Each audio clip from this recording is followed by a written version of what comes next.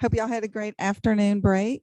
And we have a guest speaker tonight, and we're real excited about the rest of our program for you. And I'm going to have James Tucker is going to come up and introduce the speaker. Thank you, Linda.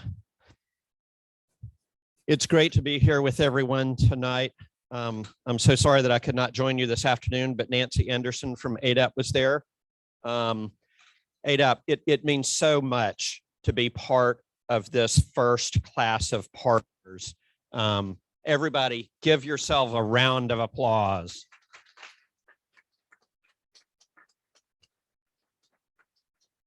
There's a lot of history here, and it's so exciting to be able to start with a new class.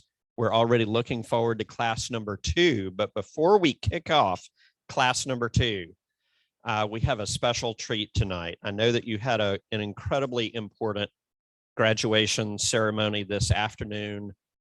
Linda and I and a couple of others started thinking about who is the right person to close out this time together that everyone has spent for half a year or more. It's a bonding experience for you, and we wanted to make sure that we would have somebody in Alabama who knows what the struggle is and what the fight is, to try to make sure that we have supports and services that we need and be able to support one another in this effort. So I want to say a couple of words. I'm going to give you a little bit of the formal introduction, but then more importantly, I'm going to say a couple of words about our friend Dustin. Some of you may know Dustin Chandler. He's a former police officer in the state of Alabama. He leads the Interaction Advisory Group, which is an incredibly important effort. With grants from the DD Council, he works with law enforcement officials throughout this state and elsewhere to make sure that all people are treated with respect when they encounter law enforcement. In 2012, Dustin's second child, Carly, was diagnosed with a neurological and seizure disorder that is a condition similar to autism. Since his daughter's diagnosis, Dustin's life changed dramatically, and I know there are people in this room that can relate to that. Dustin is the founder and leader of a number of community and statewide advocacy efforts. He's received numerous awards for his work. He's an incredibly engaging speaker. It's been my honor to know him for many years now through our work with the DD Council. And also especially relevant for this group, often he has spent time on the floor of the Alabama State House, advocating for the interests of those of us who are gathered tonight and others who share our passion and interest. That's what you can read on the piece of paper. That's what you can read on the website. But I want to say a couple of words about why Dustin's work is so important. Dustin has dedicated his life to this work. He has joined the fight. He's a partner in the cause, and I know that you will hear that. Dustin is fiercely committed to the values that we share and the things that we work toward in covenant with one another. And Dustin is an incredible spokesperson, a fierce and passionate spokesperson for all that we care and all that we believe in. Dustin Chandler. Thank you very much.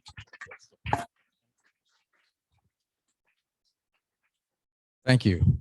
Wow, I didn't know that was coming. I didn't write any of that. No kidding. Yeah, my name is Dustin Chandler. Tonight, my goal here tonight, and let me start by saying I'm so glad y'all got your food first. Yeah, baby, because if you didn't, y'all would be really mad, because does anybody know that I like to talk? If anybody knows me in here, I do talk a little bit. Come by it honest, my mom does too. All right, yeah, my name is Dustin Chandler. I really do appreciate that very warm introduction. Thank you very much. Tonight you're going to learn a little bit about me. When I was asked to do this, you guys have been through a lot of training and a lot of doing a lot of stuff. And I'm just here to share with you kind of my journey, how I got into advocacy work, and kind of really how I got to be standing in the middle of the room talking to you guys while you eat. Is that fish? Eating fish, and I'm going to tell you how I got here. So I like to talk about the power of mindset. It's the power of mindset. Your mindset has got to be in the right place, and I'll tell you how mine changed. I'm going to talk about that tonight, but I want people to focus on having the right mindset. I'm going to show you a video. If my clicker works, let's see. Will it work? Oh yeah, I put this in here. You know why I put this in here? Every time I speak, it seems like I forget to mention my family. So if I put, and I almost did, but if I do it with a picture, it makes me talk about them. This is my family. This is the reason. I mean, listen, my daughter, Carly, I will talk about her a little bit more in detail about her disorder, just to give you an idea. She's in the middle. That is my my other daughter, my youngest daughter, the redhead. Courtney. And then I don't know if this is going in or out. Is that going in or out? I can't tell. That is my daughter, Courtney, on the far left, and on the far right is my son. He'll be 13 next Tuesday. Do y'all know what that means? See, I got my hair cut this week, and you don't see the gray hair, but I do have a lot of it, and I'm going to have more. I cannot believe I have a teenager. I just really can't believe that. And that's my lovely wife. Listen, that is Amy. I cannot tell you how much she means to me. And being the rock of my family. And the story that you're going to hear tonight is really because she stood by our side as a family, but also stood by the kids while I was off really down here in Montgomery. A lot of what you're going to hear tonight. And if it wasn't for her, none of this happens. So really she gets equal really credit for everything that we have gotten involved with for people. And she does not want to ever talk about it. I try to get her online to, hey, let's do a live and talk about it being from my mom's perspective. And she just doesn't want to get out there and do that. So, but she has been a rock, and I always want to say that. Are we recording this? Okay, good. So I can play it back for her to prove that I said that. Okay, great. Do I owe you money for that? All right, let's see. Clicker's a little slow. Let's see. Or as my clicker. All right. So what's your mindset? We want to get our mindset in the right frame of mind of what we're doing. You guys, and y'all can tell me, this is a participatory class. Y'all can speak up if you want to. What have y'all been learning to do and really trying to learn the process of and really get your mind right on? And it's a lot of that in advocacy and policy making, right? Policy making for yourself. I mean, it could be, right? But it's really for the greater good. So you have to have the right mindset. And this is a video that I saw early on that really helped me. This is just one I came across, and it really got me motivated. And I hope it does you the same. It really has nothing to do with policy making or anything. It's just to get your mind in the right place for the conversation.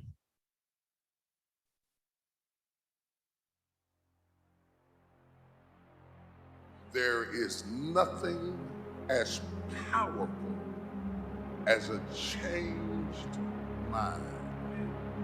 You can change your hair, your clothing, your address, your spouse,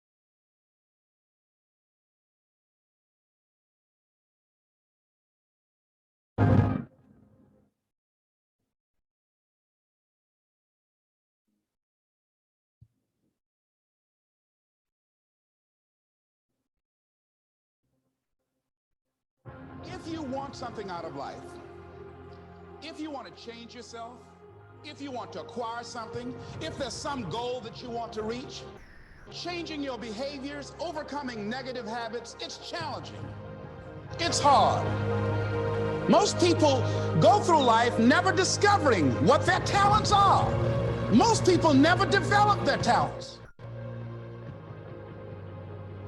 The only thing that's going to make you happy, my friend, in this year or any other, is to step up. It's to raise the standard. It's to discover what you're capable of and feel that incredible power pushing through whatever's holding you back and get to the other side of more of your true self. That's what this game's all about. When you step into your fears and continue to push yourself to go on, something happens for you. If you look at somebody who's really successful and you think, wow, I mean, they're so amazing, they're such a genius, you got to dig underneath and you got to remember something. People are rewarded in public for what they've practiced for years in private. If you don't develop the courage to do that which has been given you to do, and you spend a lot of time going around trying to convince other people or trying to get their approval, what will happen is that you will lose your nerve. And other people will convince you that what you're doing doesn't have any value, and you'll give up on your dream. How much time do you have left? How much time do you have left?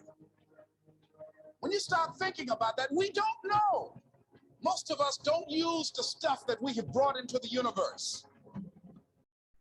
Stop wasting valuable time. If you want something, you have got to be relentless. You've got to learn how to become resourceful. You've got to learn how to become creative. The power to hold on in spite of everything, the power to endure. This is the winner's quality. The hunger, the ability to face defeat again and again without giving up. This is a winner's quality. What this power is, I cannot say. All I know is that it exists, and it becomes available only when a man or a woman is in that state of mind in which he or she knows exactly what he or she wants and is fully determined not to quit until they find it. There's greatness in you, and you've got to learn how to tune out the critics outside and the critic inside. So I'm going to harness my will, and I'm not going to let anything stop me. I deserve this. Most people give up on themselves easily. You know the human spirit is powerful. There's nothing as powerful. It's hard to kill the human spirit. You are unstoppable. Live your life with passion, with some drive.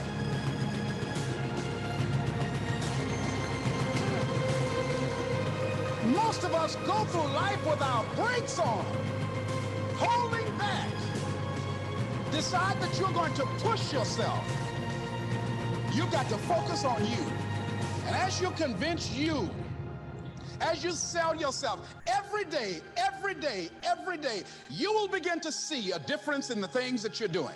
Selling yourself on your ability to perform a job, to achieve a certain objective. Telling yourself every day, here I go again. And I got what it takes. This is my day, and nothing out here is going to stop me.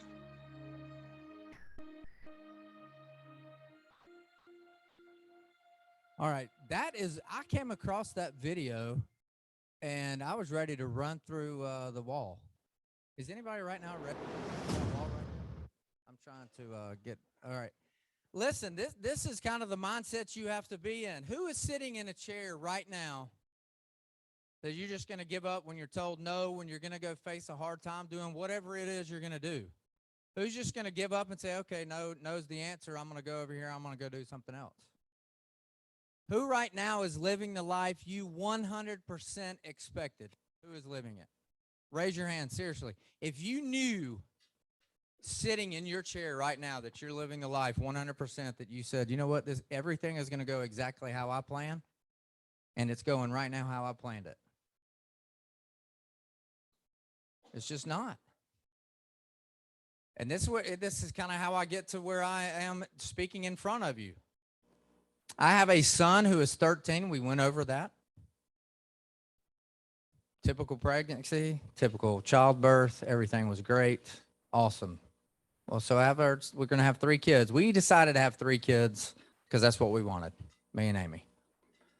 So we have the second child. Carly is her name. Typical pregnancy, typical childbirth, everything is fine. When she was roughly, now listen, if my wife is watching this, because I get my dates all wrong, but around 8 weeks old, it was 8 weeks, I do know that. 8 weeks old, she had her first seizure. First seizure. That's what we thought it was. 8 weeks old. So we got 8 weeks, and man, we're having this little infant is in my wife's arms. She sent me a video, and she says, I think Carly's having a seizure. I quit what I was doing, came immediately home. We started this long process of figuring out what was going on. And she got diagnosed in 2012 with CDKL5 deficiency disorder. CDKL5 is a gene that's in every human. Every human being has a CDKL5 gene. They just discovered that gene in 2004, I believe, or 2007, right in there. And she has a deletion in exon 7 and a frame shift. If you know anything about genetics, it's how you're mapped out and how your genes are. They're being produced all the time. Well, she's got a deletion there, and it causes her severe brain development issues, some challenges there. At the time, there was about, goodness gracious, there was 600 in the world when she was diagnosed. And I mean, goodness gracious, that's pretty rare, isn't it? And I will tell you, it's funny, when my wife was pregnant with Carly, I didn't kneel down and pray for a child that was going to have a rare neurological disorder that has no cure. I mean, did y'all? Not for me, but for yourself or for your kids. You don't pray for that. You're praying for, hey, I want a healthy baby, everything great. Well, guess what? That's not what was planned. It kind of changed. It changed my mind, obviously. 600 to 700. There's about 1,000 to 2,000 now diagnosed, and this is around the globe. And it affects brain development. That's really all you need to know about that. We'll talk a little bit more about her seizure. She's got 2 issues. She's got CDKL5. There's no cure, no treatment. I served on the CDKL5 board on the national scale. We've got centers of excellence that you can now go to and talk to doctors that know about the disorder a little bit more than when she was diagnosed, but there's no cure. She's also got intractable epilepsy, which we'll go into. So she's got kind of a 2-headed dragon a little bit, which we all have a lot of stuff going on, but she's got 2. So I decided, you know what? I'm a dad. I was a police officer at the time. And I will tell you, I was trained as a cop that I could handle pretty much anything. So I was trained. That's how I was raised. That's how I thought. That's the mindset that I had. I can handle it. I can do it. And this is a challenge that I'm going to accept. And here we go. And I wanted to cure CDKL5. I wanted to cure it. I wanted to throw money at it. I wanted to raise money. I got into, anybody ever been in that fundraising mode? That, you know what, I'm going to raise money and raise money and raise money. And then you kind of get fundraising fatigue. And then after Christmas or during Christmas, you want to fundraise again. Well, I wanted to raise money. So what I did is I'm like, you know what, we're going to jump out of airplanes. That's what we're going to do. And who's going to join me? So I had a connection in radio a little bit. My friend Matt Murphy there in the middle kind of helped me put the word out there a little bit. It was when he was on the AM dial. And so we went out and we jumped out of airplanes. You know, I was sitting at a table at my kitchen table and I said, you know what? CDKL5, what rhymes with 5? 5, 5, 5, 5, 5, 5, 5. I couldn't think of it. I wanted to fundraise. I wanted to raise money. I wanted to do everything to cure everybody. What rhymes with 5? And I was like, dive, right? Scuba dive. And I was like, oh, that's not really a good one. So then it came to me, skydive. We can skydive. We can jump out of airplanes. Who can I talk into jumping out of airplanes? Because I've never done it. But when I came up with the idea, I had never done it. I was like, man, what am I doing? So this is true story.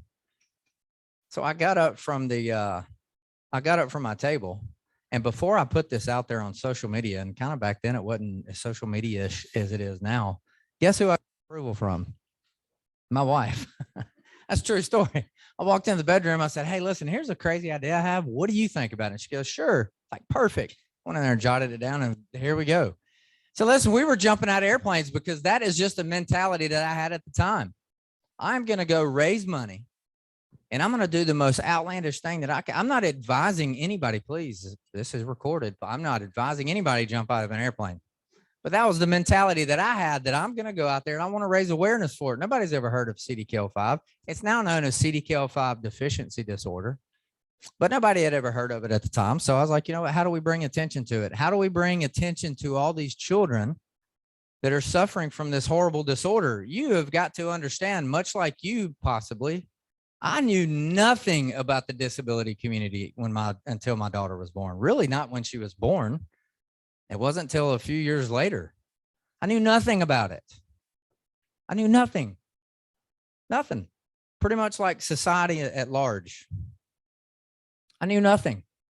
So, but you know what? My daughter's got a disorder. It's very rare. So here's what we're going to do. I'm going to go up here. This is when I had a shaved head. I told you I was a police officer.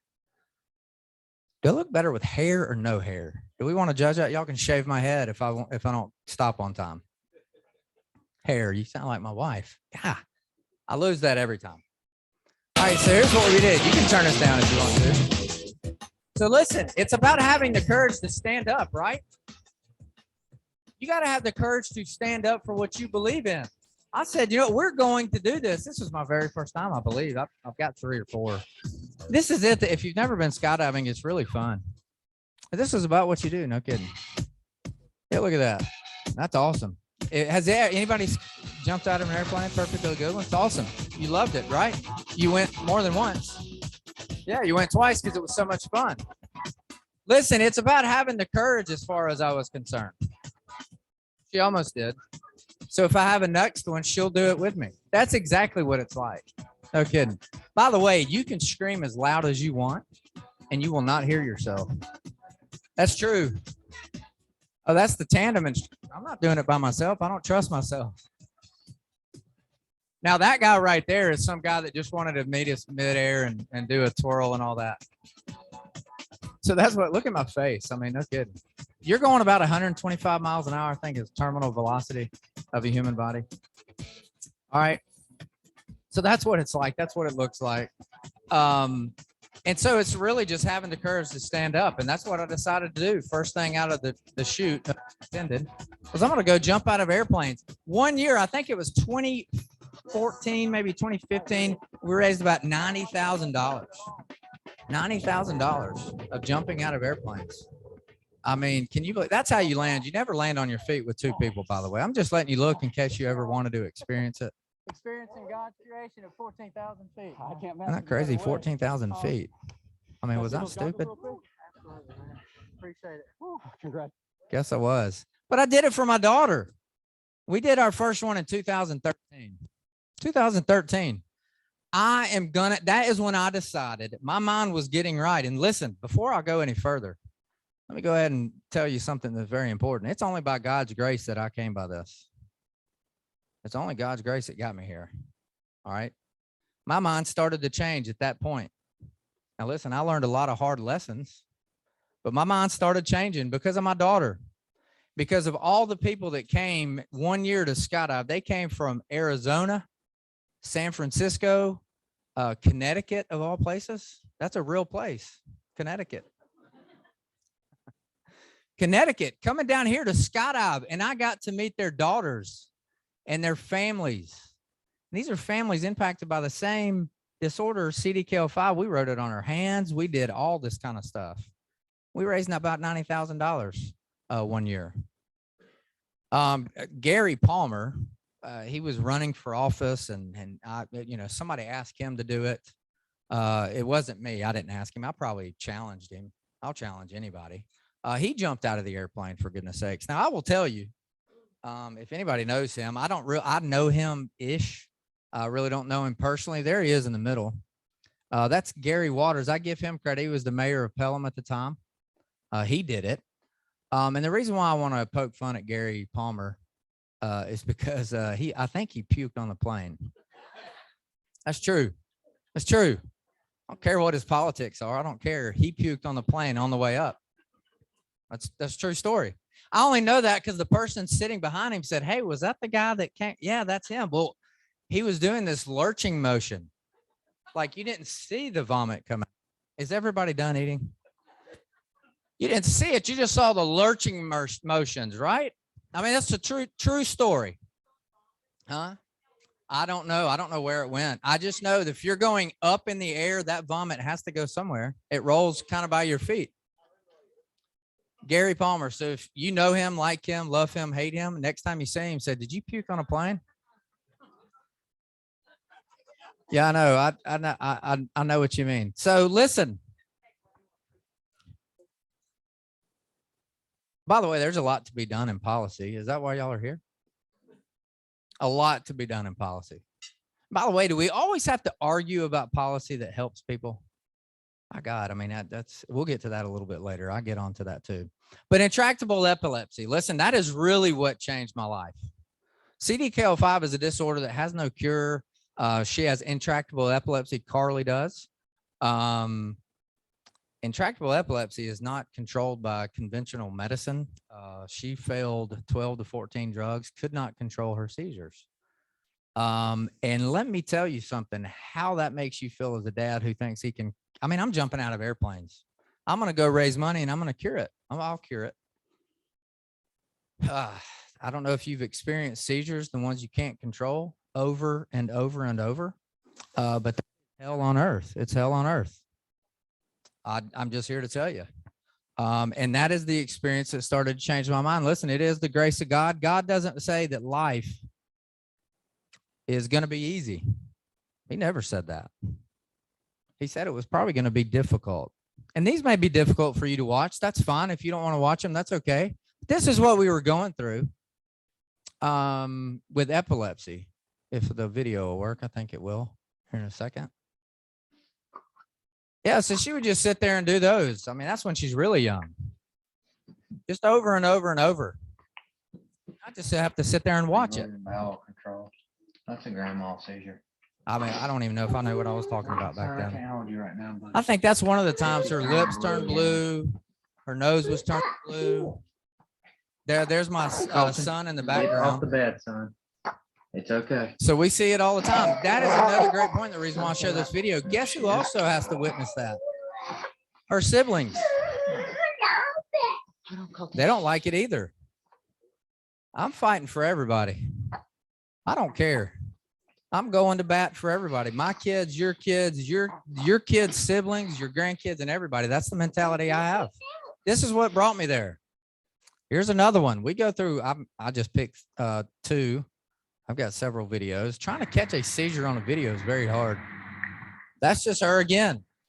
We watched this over and over. And it sucks. I don't even try to hide it. It's terrible. It's awful. That's what she's going through. We are taking our child to the best doctors in Alabama. And they are saying, "Hey, take this and these will stop." Well, guess what wasn't stopping? The seizures weren't stopping.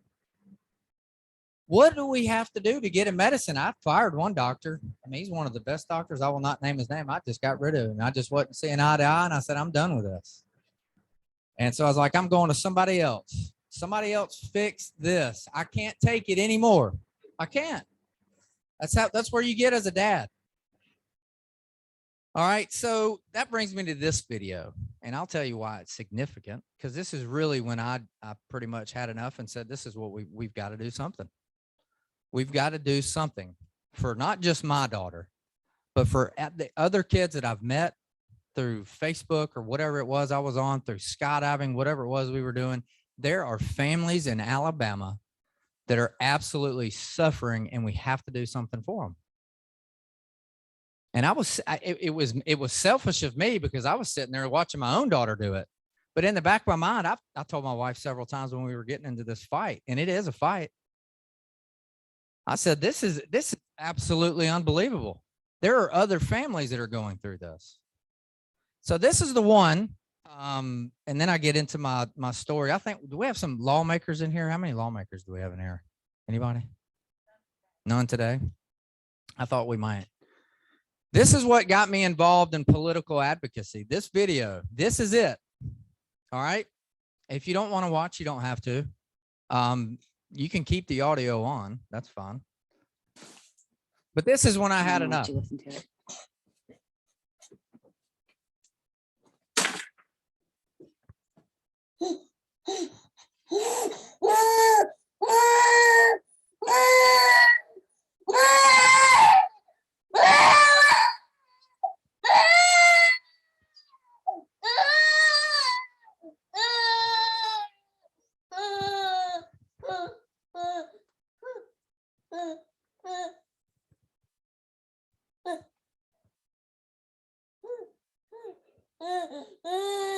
Yeah.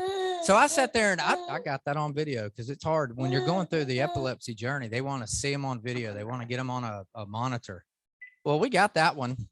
You know what I decided to do? I was like, all right, we're going to take this video. And this is why I love this quote.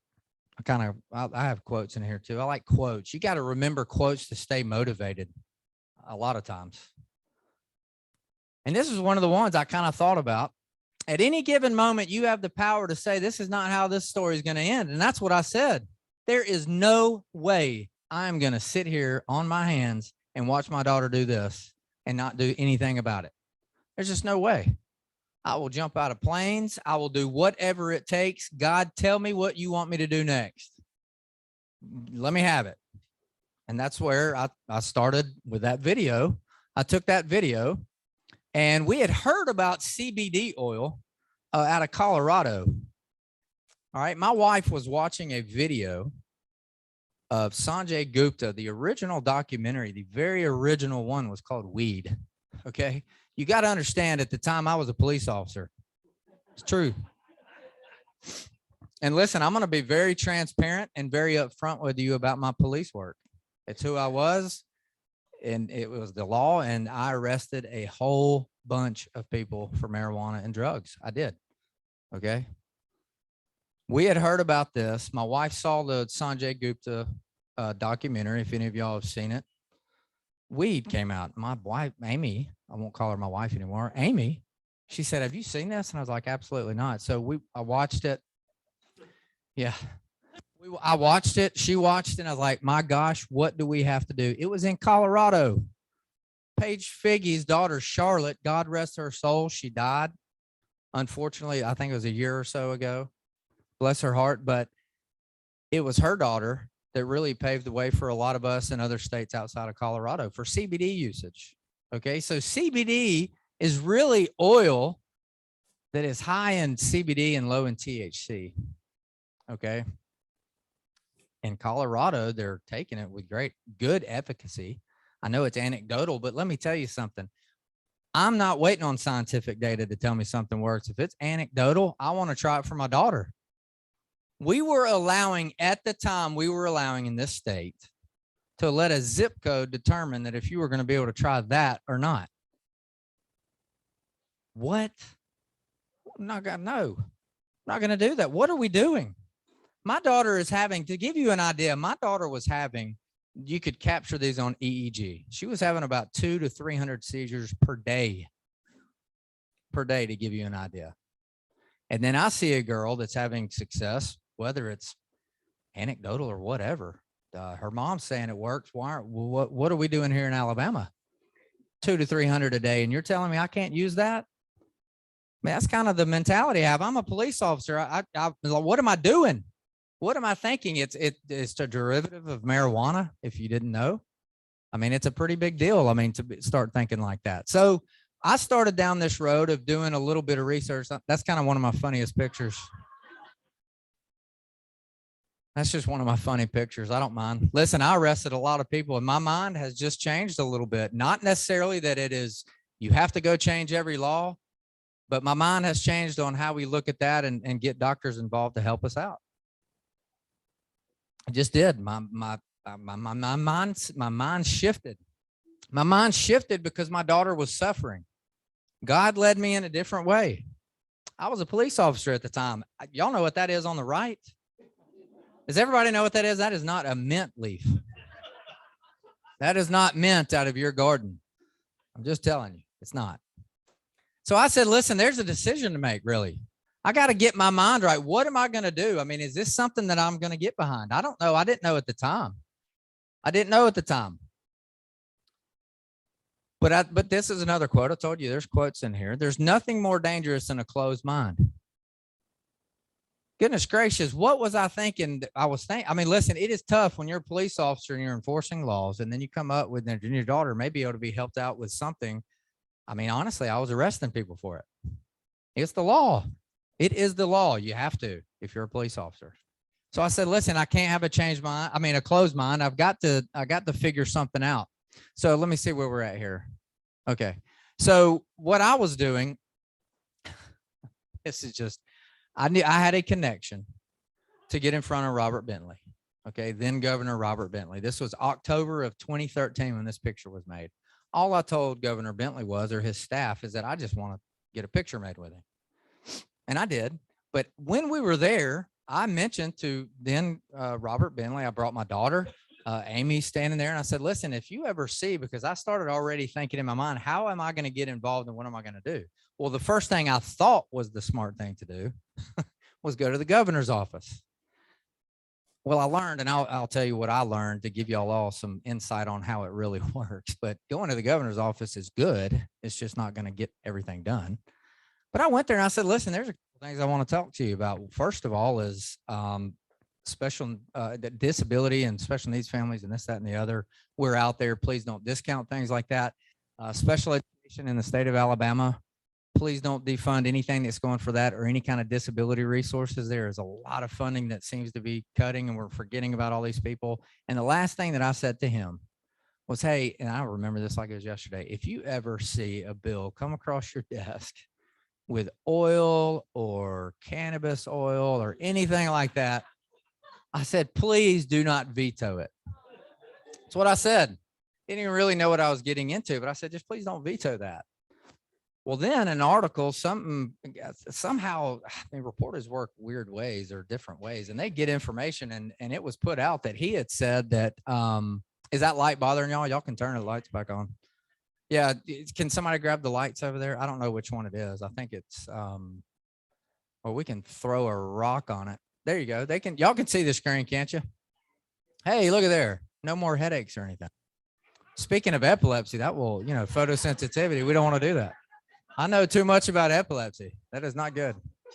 All right. So Governor Bentley said in an article, it's somewhere that, oh no, he's against everything to do with cannabis, not going to do this, not going to do that. And I'm like, well, that's not what he really said. What he told me was, well, hey, if it's treated like medicine, all this kind of stuff, that he wouldn't be against it. Well, I took that as saying, well, that's not what you told me in a meeting. So I went online. I thought this was the right thing to do, which it helps some, but it's not a real big help. Is go to change.org. Anybody ever been to change.org? So I went out there and I created an online petition, and man, that thing just, it got going. I was like, oh man, people are behind this. So what I had to do for myself is I had to go out to Colorado. There was no way I was going to get behind something such as this without doing a little bit of due diligence myself. Just up and went to Colorado. So I went to Colorado at the time. Charlotte's Web is what they called it. The Stanley family. They did a bunch of stuff out there, and this is when they were really getting ramped up and doing their thing. And I was just out there to introduce myself, figure out what this is about. Is this truly helping people? Is it not helping? What is this? Well, this is like a, I mean, that's what it is. That's what it looks like. I mean, if I'm cutting in and out for everybody at home, I apologize. It's the microphone. I'm blaming the hotel. But that's what the seedling looked like. That was Charlotte's Web. I couldn't believe it. I've heard about it. I saw it on Sanjay Gupta's documentary, and there it is right in front of me. So I snagged a picture of it. And so these were all at the time, we had one family from Haleyville in this picture. But this are not all from Alabama. But this at the time were the people that met at a public library, to talk to other families. And these were marijuana refugees, as you would call it. These were families that have moved out of their home states to Colorado to try to treat their child. And I went, I was out there to Colorado and said, yeah, I'll go to the meeting. I couldn't believe there was that many. And there was more than that. That's just who showed up at the public library. They were meeting to discuss, how do you dose this? What do I use? How do we use it? How do I give it to my child? We're here. We don't know anybody. We just want to kind of get to know everybody. That's what this meeting was. I'm like, what are we doing? So I wanted to show them. I mean, that's them back in 2014. That was them. I mean, there was a lot more, but that's who showed up to that meeting. If you ever wanted to know what a grow in Colorado is, see that little building right there? That's got marijuana in it. That's where it was. It's like 7,000 feet up in a mountain. So I said, hey, I want to go see the place. So the Stanleys, they invited us up. We drove up the mountain. And I guess I had another picture in my mind of what this would look like. And it was right here in the middle of a mountain. I mean, it was snowing. Colorado, I've never been in the mountains before. And that was kind of my first experience with that. You don't have to turn the lights down. But this right here is me. Okay. All this green right here is, guess what? It's a true story. I don't hide my story. This is a true story. That's all. Those are little, actually baby marijuana plants. They actually get up to be about these fans when they get grown and do whatever they do. But I wanted to do it. I thought that was a funny picture because I was a police officer at the time.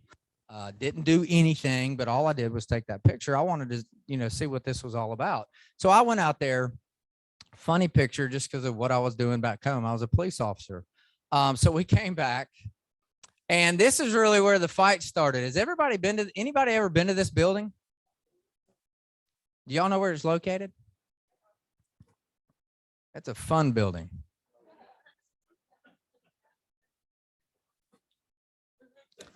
So that was a joke. If you've ever been in there. So listen. This was one of these things. I've done my due diligence. There are people getting help with this product. My daughter is absolutely suffering with all these seizures per day. There are other children suffering. This could help. Who knows what? Why are we not at least trying it? Why are we not trying to get it in a doctor's hand to help their patients? I had talking. This is kind of how far this has come. You'll see how far this journey has taken, the path that it's taken. There were doctors at the time that would not get on camera, would not post anything online, would not give a quote to anybody that actually believed in it. They were very reputable. They weren't going to say anything. I was like, well, okay, well, that's kind of what I learned. And I'll tell you through this presentation, kind of where we've gotten to. So I went to the State House. I met with Patricia Todd first. I don't know if you know who Patricia Todd is. She was one of the first elected law officials. I met with Cam Ward, and then he said, you may want to talk to Patricia Todd. Patricia Todd tried to push through a lot of legislation that has to do with cannabis, and it never worked. All I wanted to know from her was, hey, this is my idea. What do you think about it? She's actually the one that gave it the name Carly's Law. She named it Carly's Law. We sat there and met. I talked for her for 2.5 hours, never met her in my life. But I said, here's what I think. This is what I want to do. What do we need to do it? So Patricia Todd kind of linked me up. And at the same time, I believe there was a family talking to Mike Ball about, their daughter was suffering. And what are they going to do? Well, I said, we're going to do something. So I went to the State House. Let's see if our clicker works. Let's go clicker. Are you there, clicker? So I went to the State House, and this could be a little blurry. That's Patricia Todd on the right. That's then Speaker Mike Hubbard. And there's Mike Ball. Everybody remember what this guy's face looks like. I love Mike Ball, but remember what his face, you'll see him at the very end. He does not look like that anymore. It's funny. I'm telling you, and I hope he's listening. I'll play his video for him. Listen, I went down there. Me and Patricia Todd sat, and we spoke for 2.5 hours on how we could do this. Patricia Todd, to her credit, linked me up with Mike Ball. Listen, if you know anything about politics, you've got to know who runs the House and the Senate. And we're in a super majority on a certain party. You just have to know that. You got to know the game. I hate to say it, but you got to know the game. Patricia knew the game. I started to learn the game because I'm all of a sudden in Mike Hubbard's office. I didn't even know who Mike Hubbard was. By the way, the government and how we pass laws is not like you learned in 2nd grade or 5th grade civics class. It's not. I showed you a picture, and this is my belief. Robert Bentley was on the picture a few minutes ago. He's not the most powerful man in Montgomery at the time. You know who was? Mike Hubbard. Anybody that knows politics at the time knows Mike Hubbard was the most powerful man down here. He was. There I am in his office. That's Mike Bald. He was one of the very first sponsors of Carly's Law. We sat down in an office, no kidding, it wasn't this size. It was a little bitty office on the 6th floor of the State House. And me and this guy right here, Mike Ball, he's a former state trooper. Me and him sat there and wrote the first version of Carly's Law. I had no idea what I was doing. And me and him decided, you know what? Obviously, he's going to work inside the State House. I said, well, I'll do stuff outside. What do I need to do? And he goes, just go try to get support. So here we go. So how do I get support on the inside? Because I had to do the work on the inside. This is where you have to have the right mindset that if you think and you believe in something big enough, you are going to have to put the work into it. There is nothing in this life that is worth having that is going to come to you easy. It's not. And this is one of the hardest things I've ever been through. I didn't know what I was doing. I know my daughter was suffering, and I knew that there could be some help. So we got down in the small office, wrote the bill. He said, you know what? I said, well, what do I do? He said, well, you get out there and you just talk about it. Tell your story. Well, okay. Well, you know how I told the story? You remember that video, my daughter screaming? I got the video. I put it on my laptop, and I went down to Montgomery. Sometimes you have to tell your story. Sometimes visual aids are the best thing to tell your story. Sometimes they are. So I took my laptop in this laptop bag, and Amy gets credit for that too. I didn't have one. I took that and I went down to Montgomery, and I went and I showed it to every single lawmaker I could. I just said, hey, I want to show you something. I was by myself. I had a dad that would help me every once in a while, but I was down there burning my time off, burning vacation days. And I was down here, I guess I should say, about 3 days a week. That's fine. I'll show you the video. Watch this video and tell me you don't want to help people like my child. And it got to be the point, and it is with a lot of you in here. I know this. It's not always about you. Yeah, it may help my daughter. I started to think about, you know what? There's all these other people that this could help.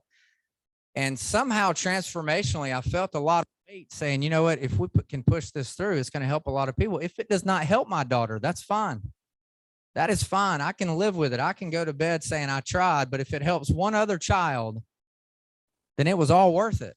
And that's what kept me going. That's what kept my feet moving down the house, knocking on doors, introducing myself, and showing them a video of one of the most horrific seizures I had seen at the time.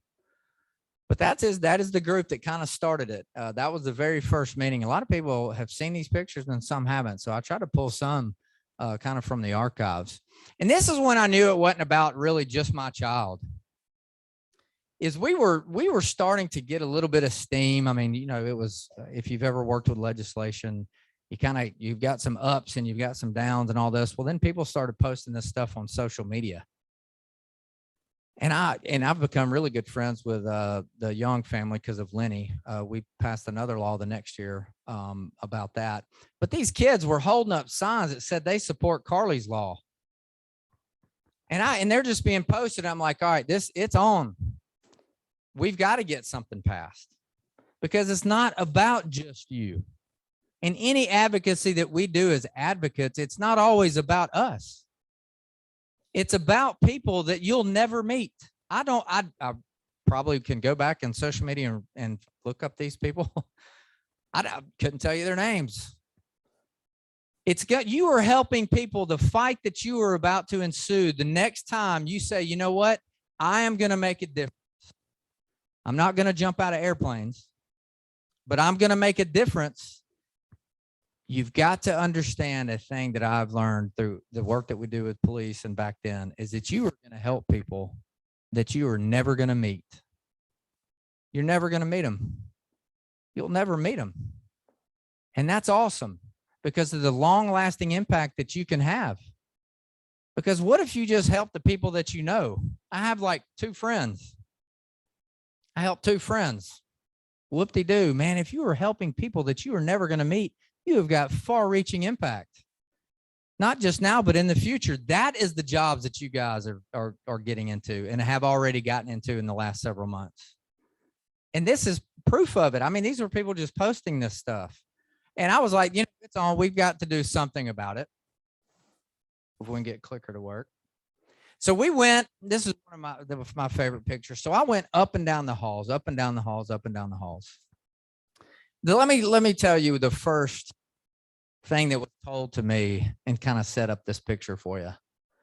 I knocked on a door, had a laptop, showed the video. Mike Ball was actually in there, and this was in a senator's office. If you know anything about the state house, the House members, the representatives, there's a whole bunch of them. They get really small offices. The senators are up on the ivory tower. They get really big offices with a couch, with an assistant and all that. So I'm in an office, I'm sitting on a couch, and I said, hey, what do you think about us getting this done? And he just laughed. I am not kidding. He kicked back, put his feet on the desk, put a dip in. He put a dip in. He put a dip in his mouth. And he said, hey, good luck. That was really one of the first experiences that I had. Mike Ball was there. It was not Mike Ball, for the record. It was the senator. Yeah. So it was a struggle to get anybody to listen. Okay. We got to a point where we kind of lost traction with Carly's Law. There's only so much you can do by yourself. And that's one of the things I will tell you in my experience, in my personal experience, there's only so much you can do on your own. You've got to have a grassroots effort. You got to have people behind you. You've got to have more than one person who believes like you do, and you need to surround yourself with those people. If they don't believe in what you believe in and want to fight for the same things, they're going to suck the energy right out of you. And so I knew it was about March, April of 2014, we were losing traction and we all thought we were going to lose it. And I said, well, I'm going to hold a public rally. So we held a public rally. About 200 to 300 people showed up. And then at the very end of a speech that I gave, I said, hey, I'll see you guys at the State House, and gave a date. And every single one of them showed up just about at the State House. It is not about going to the State House and stomping on the steps and having a megaphone and doing all this stuff. There's a time and place for that. They went down there and just their story. It wasn't, there's only so much you can do. You've got to have people that believe in it. And people did. They wanted to know how to help. You just got to ask them, hey, here's how you can help. You can come down here and tell your story. And they did. And we started to have a profound impact. A profound impact because we were sharing stories of children and adults, a lot of children that could benefit from Carly's Law. And the lawmakers, it's hard to sit there and stare at children having seizures in your office and say, well, you know what? Can't do anything for you. Now, I will tell you, there's guys down there that didn't want to even talk to me about it. That's okay. We remember that. That's fine. So we just plugged along. We finally passed Carly's Law, to make a long story short, because there's much more to it. But y'all didn't give me 6 hours a day. Y'all didn't give me 6 hours a day. This guy right here, you can't really see him. That's Alan Farley. So there's a lot of jockeying back and forth in politics, right? And so who's carrying the bill and who can get it the furthest and all this? Well, Alan Farley stepped up and he had to carry it on the House floor and do a lot of different, getting really technical. But he picked it up, and this is when it passed. It passed at 2:30 in the morning. 2:30 in the morning. All right, so we went from having a bill which was very small, how this ended up, and for the end here. So it ended up with a bill that was very short. It was basically giving people a medical necessity of defense in the court of law if they got caught with CBD oil. That was the first law that we wrote, as a medical necessity of defense. Well, that didn't work. They didn't want to do that. So, but the people behind the closed doors that I never got to meet basically got with UAB and said, hey, UAB, how can we do this in a way that basically would let everybody feel good about doing it? So the UAB said, listen, let us study it, and we can study this on patients and we can give it to them. And at the time, it was not approved yet. It was Epidiolex. It wasn't approved yet, but they had to have something that said that they could do it. So they passed that and we passed it, and that was great. But I remember sitting in a room with Alan Farley and Mike Ball, and they came to me. Okay. I'm telling you, it's the grace of God. It's not me. I was sitting in a room with two lawmakers. We had been doing all this fighting for a law to be passed. And they came to me and they said, well, here's where we're at. It was toward the end of the session. You can either keep going. Well, we can keep going with the bill that we have in medical necessity of defense, or we can pass this bill right here and we can get it done. And they said, what do you want to do? They asked me that. And I said, my gosh. I was like, well, yeah, I don't know. I mean, I can't speak for everybody. And my question back to them was, well, how many people can we help by passing it? Because if we go the other route, it could die, never get passed, and then we're on to a next session to try to fight again. And I said, how many people can we help? And they're, well, we help more people with this and we can get it quicker. I was like, well, we're going that route. I didn't even know if my daughter was ever going to be able to use it. I said, if we can help people, we've gotten this far, let's do it. So we did. It got passed at 2:30. And that was me. I was very honored to speak on the House floor.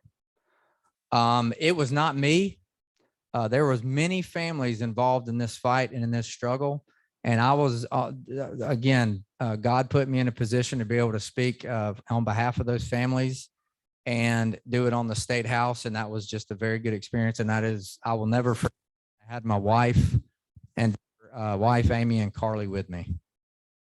And that was the culmination of a lot of hard work that went through that. And Carly's Law did great things. That's the first picture of me with the team that, I mean, listen, I am Dustin Chandler. I went to Auburn. I graduated Auburn. That's okay. If you don't like it, that's okay. That's all right. There's going to be a Roll Tide in here somewhere. That's fine. But that is me standing in amongst some of the smartest people at Children's and UAB. I graduated Auburn. I don't know what I'm doing here, but God put me there. That's what I'm doing there. He had me at the right place. I got to be good friends with Jerzy Slavorsky. That's him. That's Dr. Bevan, and that's Dr. Doer. Very smart people. That was the first meeting on, hey, how is this program going to work? They invited me to talk about it. And that's the head of neurology at UAB. And I'm standing there with these people and I'm like, my goodness, I don't deserve to be in this room. But, you know, I was there to really try to talk for the people that weren't able to talk for themselves. I was like, I'll go to the meeting. Sure, I'm there. I'll talk to anybody. Yeah, here's what I think we can do. And here's how we got to help people. So those are just some of these pictures that are out there. That's Dr. Standard, great guy, very supportive. Got to meet Governor Ivey several times. This is kind of post Carly's Law. So we passed Carly's Law. Well, then we wanted to do the medical necessity of defense, which is really what Lenny's Law was that passed a year or so later. We were back down there with Amy Young and her family. They were doing most of the work. I was just there kind of in a supportive role. And I was just touching base with the governor because I knew that, hey, listen, I want you to know what I'm about. Because let me tell you, when you get behind a semi-controversial topic like this, guess what starts happening? People start lying about you. I'm just telling you. I heard stories. That's fine. I want people to know what I'm about. What I'm about is helping people and doing it the right way. But there's some nasty lies that fly around. So I met with the governor several times. We talked about other different things, but just, you know, this is what I'm about. This is what, if you ever see me involved, because I was trying to cut some of that off, this is what it's about. So we kind of pushed, this was some at the time, that was kind of how effective Epidiolex actually was. And that's a CBD. Now it can be prescribed. I mean, listen, this right here, 2 patients were seizure free. That's worth it to me. I mean, and that's what all that came to be. And that shows you the work that you can do. It's not always going to be quantified with numbers up on the screen, but you're going to help people. I didn't know I was going to help 2 people become seizure free. And it really wasn't me. It was the doctors doing it with the oil. I just was out there as kind of the medium to get it done. So we started pushing. Listen, I said, Dr. Slavorsky came to me in 2017 and he said, Dustin, we have got to actually do more than Carly's Law did. This is Dr. Slavorsky. And I said, well, what are you talking about? He goes, well, here's what I've learned about cannabis as medicine and what it can do. And I was like, well, Jersey, I'm not in this. I don't want to do it. I'm done. I've had enough. I don't want to go to Montgomery anymore. And I'm not in it. I said, and we talked for about 3 hours, and I said, well, the only way I'll do it is if you'll stand up and you go to these public hearings, you go do all this stuff with me, and I'll stand there by you. He goes, I'll do it. That is how far we came from 2014, from doctors that would not even mention it. If they believed it or not, they wouldn't mention it. So now I've got one of the best neurologists in Birmingham. He's willing to stand up and testify that medical cannabis can do more. Now, listen, he's got his opinions on what it can do, but he's willing to go talk about it. So that was my very first meeting. I met with Will Ainsworth at a dinner one time, just tell him what we're about. It's what advocacy is. You've got to go out there and just tell people who you are. Tell your story.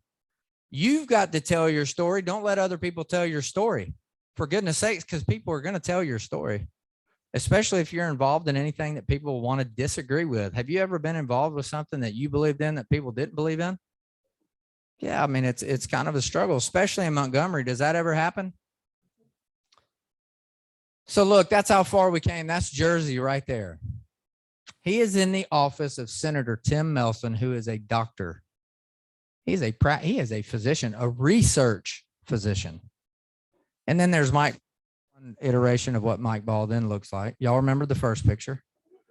That's Senator Melson, good friend. And that's Jersey. He's willing to come down. In 2019, me and Jersey Savarsky were printing off pages and pages of information and running down the hall, literally jogging down the hall with the director of the epilepsy center at UAB, passing out stuff because the opposition to what we were trying to do, we were trying to pass more comprehensive medical cannabis bill.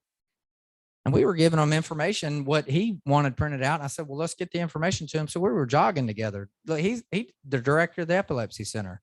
Now, again, for the record, there are things that he believes that this will help, and there's some things that won't.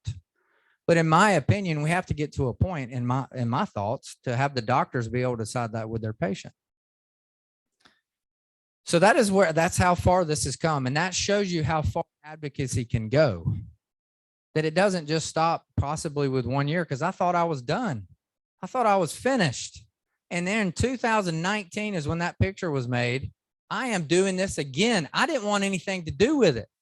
I had enough. I don't want to do this. And here I am in 2019 because dadgummit, Jersey gave me the information that I thought wasn't really out there, but I wanted it from a reputable source. And so we started advocating again with him. And I mean, people started turning out again for that, because there's people that believe in things. You have to start talking to people, surrounding yourself with people that believe and want to help you. And you'll be amazed if you'll just ask people if you'd like to help, here's what you can do. So again, I mean, it was kind of, we wanted people to have their voice heard, and they showed up. And it was a wonderful thing. There's Jersey again in the background. I'm telling you, it was amazing. He was down there doing it too, spending his time. This was in, I think this was, pandemic is kind of gets in the way. I can't remember if this was right before, like they shut down the State House. I believe it was. So in 2020, this is Christy Kane. She was a big part of things too. And her son, unfortunately, Ozzy, he passed away. That's Ozzy Deason and Lee Deason. And that's the Tishners. He has got, I forget his condition, but they believed in it. And I just said, if you want to help, come down and let's try to talk to people. And Lee Deason brought her son. She wanted her son to be a part of advocacy, and the good Lord took him home. But let me tell you who this all means. It was meant for him. I will always remember that. And anybody else. I was questioned about, what am I doing? Why am I doing this? Who is paying me? Do you know how much money I've been paid to do any of this? $0. I want that on record. You can tell anybody you want. None. No money. That's who we do it for. That's who you're sitting in this room listening to me. This is who you do it for. People like us, not like us.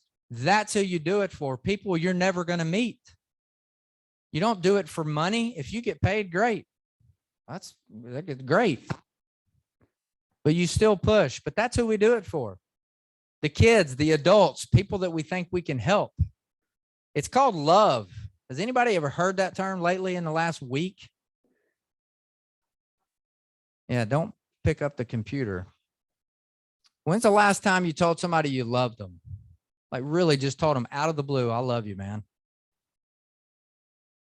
If you haven't done it lately, just reach out to a friend and tell them you love them. Tell them you're there for them. Pick them up a little bit. We don't have enough of that, by the way. Oh, I'm pointing at the screen. It's like the screen's going to make this thing go. At the very end, we have a comprehensive medical cannabis bill that passed in the state of Alabama. It passed in 2021. It was not without big struggle, big controversy and everything else. And I'll take that picture because there's Mike Ball. Bless him. He had to stand, he had to hold the mic. They call it holding the mic. He had to hold the mic for a very long time because they were trying to defeat the bill in the House. And there was a final count. That was kind of tells you how it was split. Now, listen, some things come with controversy and some things don't. But if you truly believe in something and you want something to change, go change it. Go change it. People that don't believe in this, that's fine. It is a free country. You can believe how you want. I'll believe how I want. If I want something done, I'm going to go change it. If you don't like this bill, this is on record. I'll tell anybody this. If you do not like what we passed, then go pass something that you think is better. That's fine. Go carry your flag. You guys are going to be standing up and carrying the flag that you want to carry. And you are going to do it because you believe in it and you love other people. Am I right? Absolutely. You love the people of Alabama. You love the people that are sitting at your table. That's what oftentimes has to drive you is love. And it's on people that you're never going to meet. That was the final bill. And that was one of my other favorite pictures. That's Mike Ball. I told you he's come a long way. And that's no pun intended again, because he's got long hair now. He really does. It's actually longer than that. He did not, nobody has ever seen this picture. They haven't. I never put it out there or anything. He doesn't even know I did that. He has no clue. And that's a true story. I just did that and said, man, take a picture. I got to play with his hair. This lady is from Tennessee. And we kind of mirrored a bill that passed after a Tennessee bill back in 2019. It took 2 years to pass it. He's talking to her, but that's in the rotunda at the state capitol. But I just had to show that if Mike's out there. But listen, my daughter was behind all this for me. I took her down there so many times, and it was such a difficult thing to do. Some of y'all do understand. But people that don't understand have to know how hard it is to go advocate. I will tell you, I did not have a clue how hard it was to advocate. I did not know people like you existed in this world until my daughter that you see on the screen was born and diagnosed. And I'm being honest with you. I didn't know the struggle. I didn't know the problems. I didn't know the issues. I didn't look at other people the same. I just didn't. I thought I lived in my bubble. Everything is good with me, and I'm going this way. I'm good. And then God had it different. And I'm here to tell each one of you, I don't know all of you, I know some of you, but I love each and every one of you. And I'll fight for anything that we have to fight for, and that is the spirit I want you guys to have. And a lot of you already have it. Some of it needs to be reignited. Some of it doesn't need to be reignited. Maybe some of it needs to have water put on it. I don't know, because you're doing way too much. But it's hard. And I love everything that y'all have done. I love y'all going through this and what is ahead. I mean, listen, we are training police officers on how to interact with people with disabilities, like was mentioned earlier with the DD Council and everything. Guess who does not understand? That's why we're bringing the message right to them. And it's been very receptive, very successful. Credit to the DD Council. I mean, very successful. I could sit here and tell stories. I know everybody wants me to be quiet, but I mean, very successful because people do not understand, y'all. They don't understand. A lot of times in education, that's where we get to. People just don't get it.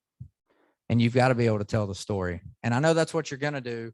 That's why I did it. You've got to know your why. You got to have your mindset. What is your mindset on? Is your mindset on just making a difference for your child and that's it? Oh, that's okay. But no, you're making a difference for everybody moving forward in generations that you'll never meet. And that was my daughter. And the sun set on Montgomery for me. I think I am done. I think I am done with Montgomery. But listen, you got to have a life of purpose and a purpose for life. By gosh, if you have not figured out what you are doing with your life, figure it out tonight. Figure it out tonight. What are you going to do to make a difference? Seriously, on your way home tonight, what are you going to do to make a difference? What is it? What are you going to do to make a difference? Maybe that's an exercise I've already done. Guess what? This is all real good, and I don't want to burst anybody's bubble. Sorry, Linda, but I got to say this. This is all fun, and it's going to be really invigorating. Yep, do it. And then guess what you're going to get? It's going to be fatigue. And that's when you got to remember, listen, we've got to reignite the flame and keep going. And I was talking to Judy earlier, and there's been many advocates, and there are a lot of them in this room, and I'm not going to call them all out. I was just talking to her earlier. There's many people that I've stood on their shoulders to get to the advocacy that I've done.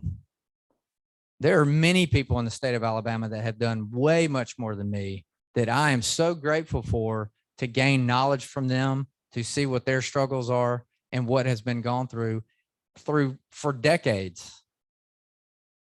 And if it wasn't for them paving the way, we might not be where we are today. And guess what? You're now paving the way for us to get further on down the line. So you've got to know the purpose. And then I like this from Mark Twain. I know I told you there was quotes coming. The two most important days in your life are the day you were born and the day you find out why. It's true. I'm telling you, listen, I told you at the very beginning, it's by the grace of God I'm standing here in front of you. And it is also by the grace of God that he has given me the most difficult life I never could imagine I would have. My daughter can't walk. Carly can't talk. She cannot feed herself. I have to change her all the time. It's difficult. I wish she could talk to me. I pray for that all the time. Just say daddy one time. Hasn't happened yet. But God got me where I am today. And I'm telling you, you can look at me and tell me I'm wrong. That's fine. And we can argue about it out in the parking lot. But I truly believe we are put exactly where we are today for a reason, for a bigger purpose. Now, some of us are going to figure that out and some of us aren't, and that's life. I've never quite figured out having a child with a debilitating condition like hers, and I don't know how long she'll live. Nobody can tell me that. And I have to believe that some of this that I've went through in Montgomery, that was some of the reason. May not be all of it, but that has to be some of it, right? I mean, give my daughter some purpose. Give people with disability purpose. People look at my child and people in the community, and they don't see us the same way that they see others. And I felt it. Everybody in this room has purpose. My daughter has purpose. She's going to continue to have purpose. Are we going to struggle? Yeah, we're going to struggle. But we've got purpose. And it took me that whole time over the course since 2012 when she was diagnosed to come to the realization that she is who she is. She's not a disorder. She is not, CDKL5 does not define her. She is my child, for goodness sakes. She is my daughter. See, she is a human being. So I don't look at her as a disorder anymore. She's my daughter. It's tough, but you know what? I love her. I'll do anything for her. And I'll end with this, I promise. Does everybody know what that is? Can everybody see it? Has anybody ever heard of the star? It's called the star thrower fable or short story. You've heard it? So I'm going to kind of trim it down for you real quick because everybody's about to throw tomatoes at me. Did y'all have tomatoes? Y'all did? Y'all already ate them all. Sorry. The star thrower. Listen, this is the mentality that it's just a great mindset to get in. Listen, there was a little boy on a beach. I'm going to cut this down really quick. A boy on a beach. I've actually seen this. I did not do the, I've not seen the story. I've seen this illustration. Has anybody ever been on a beach where they saw a washed up starfish and they're all along the coastline? Seriously, like there are thousands of them. I've actually seen that. It's fascinating. They all wash up in a tide or whatever happens. There was a little boy in this short story that was throwing these starfish back in one by one, just throwing them back in right just over where the water crests, and he throws them back in. And this gentleman walks up to him and says, "Hey, young man, what are you doing?" He goes, "Oh, I'm saving these starfish. I'm helping them out. I'm putting them back in the water." And he goes, "Well, you see all these starfish going down the coast?" He goes, "Yeah." He goes, "Well, there's no way you can get to all those. I mean, there's hundreds and there's thousands of them." And he picked up the one more and he looked at the man and he threw it back in. And he goes, "But I helped that one. I helped that one." That's the mindset that you got to be in. It's one person at a time, one help at a time. And just remember that. Go look it up. It's a great short story. You're helping one person. And that's really all I have. If y'all have questions, I know you don't want to ask questions, but you can if you'd like. And if you feel like your neighbor is going to hit you with the elbow if you say anything, it's okay. Y'all, do y'all have room? Does everybody have a room here? Oh, we're here all night. We can play bingo. We can bingo this thing till midnight. No, seriously, y'all get in the right mindset. I appreciate for y'all having me. I know that was a real, it seemed long to you, but that is a real quick story. It's about advocacy and helping one another. So just be a star thrower and make things happen. And I appreciate all the work that I may never know about, but I know that y'all are doing. Sure, go ahead. Yeah, go ahead.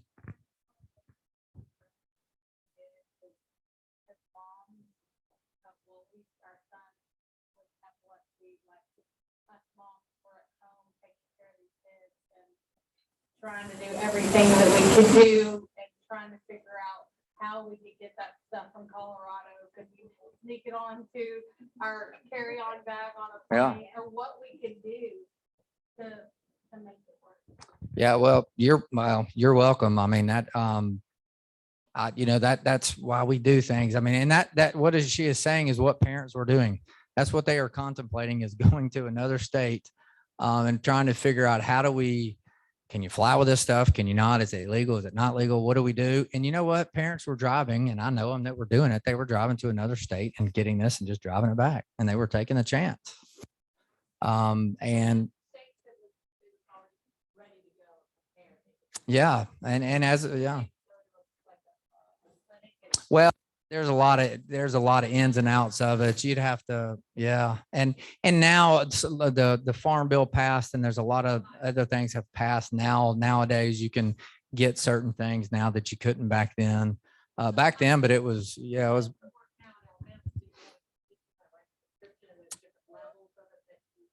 Well, for CBD, I mean, now listen, I will have to say this. You need to talk to a doctor about taking any of that. Okay. There is products on the market at the gas station, at the Five and Dime. I saw one at a tanning bed store. No, it was a tanning. It was something. It's not even what they do. Oh, it was at a jewelry store. No kidding. It was at a jewelry store, and they're selling CBD products. You got to talk to a physician. Let know if that's right for you. Okay. So bills have been passed that you can get stuff. There is legit stuff and there's not legit stuff. Okay. But that's how CBD works. But there's stuff you can go that is legit. The stuff that you might be buying may not be the same each time. So please consult your physician. That's what that bill we passed allowed doctors to work with patients and do what you just said. That is the new bill that has passed.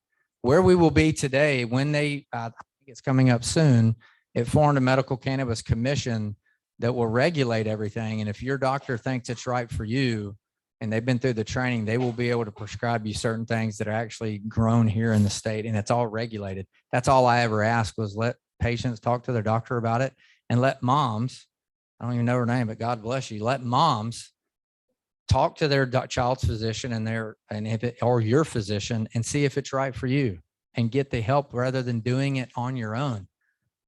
I mean, there were so many times people would say, lawmakers would say, "Oh, well, cancer patients," this happened on radio, Matt Murphy's show.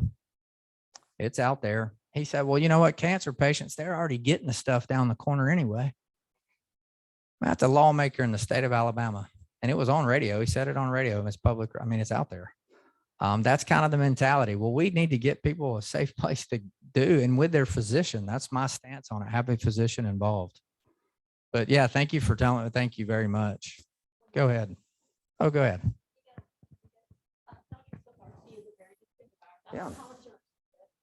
Yeah. Yeah. Dr. Slavarsky. I'm sorry, Dr. Slavarsky. Yeah.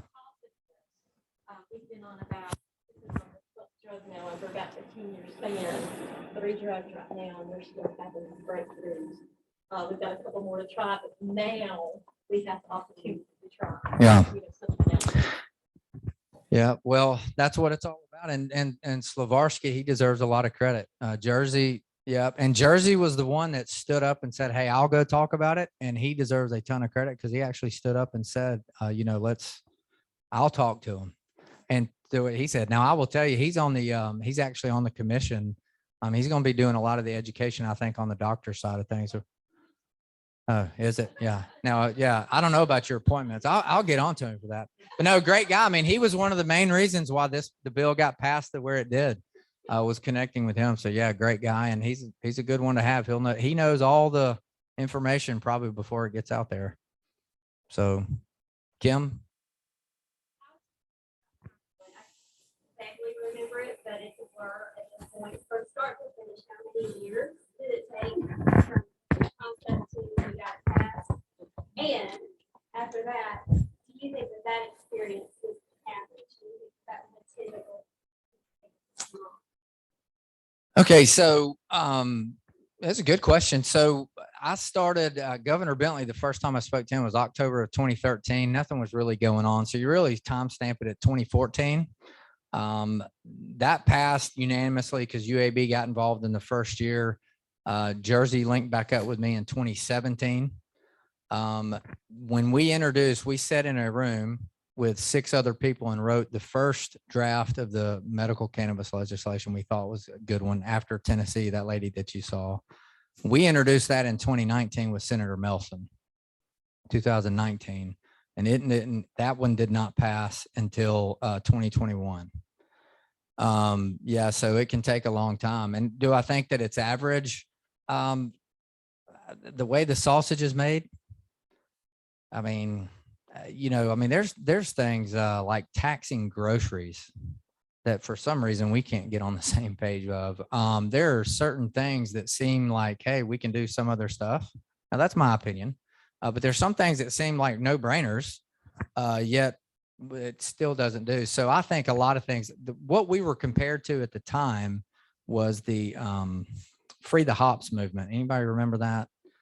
To make your own beer? Like that took forever. I think 10 years. There was also, I met the girl who headed up the not birthing, midwives, the midwives bill. I linked up. She was actually, me and her talked about strategy and stuff like that. I think that midwives bill took a very long time. I think a lot of it has to do with who the bill sponsor is. And when I mean know who the bill sponsor is, I think it's important to know, I mean, this may sound political to everybody, but it is. Know where they are in the kind of the pecking order, so to speak. If you get a bad sponsor on a bill that doesn't have much clout or powder, as they say, then you may spin the wheels for a while. So I think I don't know about average. I was told at the time Carter's law passed that was the first time that anything has gone through that fast.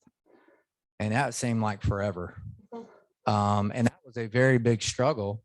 But then I didn't know what kind of struggle it was till 2019. And that took 2 full years to do that. And I was questioned while I was down there. We had a gentleman tell a lawmaker, well, you know why Dustin Chandler's down here in Montgomery? And he said, no, why? And he said, well, I mean, he's wearing $3,000 suits and drives a Maserati. Yep. That was true. And that's not true, everybody. Don't have a Maserati. And I promise you, I don't wear $3,000 suits, but that's some of the stuff that works in the background against you. And you don't know that's happening. I did not know that was said about me until it was told to me in a parking lot where the House of Representatives are. And he told me, and I was like, well, I'll go ahead and tell you, there's my Toyota Tundra. I still drive the same one.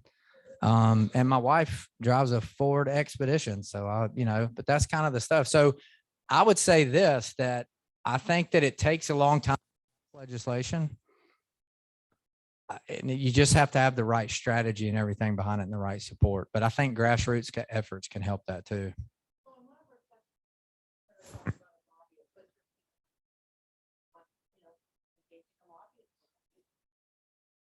Well, the lobbyist route. Well, I will tell you the experience I've had in 2014. I knew of no lobbyist that was working on that. If UAB got involved at the end, they may have had somebody. I know a couple of them. Now, I did not know about it in 2014. And to be fully transparent about the process, 2019, there was no lobbyist involved. In 2019, it was a group of 6 of us that sat in my office in Birmingham, and we wrote the first legislation of a different bill. No lobbyists were contacted, nothing. Okay. We got so far, 2019, it got through the Senate, which was amazing. That bill got through the Senate with nobody involved. And I don't want to name names or anything, but when it passed the Senate in 2019, I was sitting in an office, and one of the big hired guns comes in, and he looks at me and he says, man, I would have bet the barn that would have never passed the Senate. And I was like, that's pretty good then. Well, then after that, I think lobbyists were involved because I knew who that was. I never engaged a lobbyist. Lawmakers typically don't do that. It's the interest that would do that, to my knowledge. I think they do help. I had one view of lobbyists in 2014 that they were no good and they're all scoundrels and they're no good. But then I realized, well, there's probably some good ones and some that probably aren't. And I think they can help. What they do help with 100% is vote counting.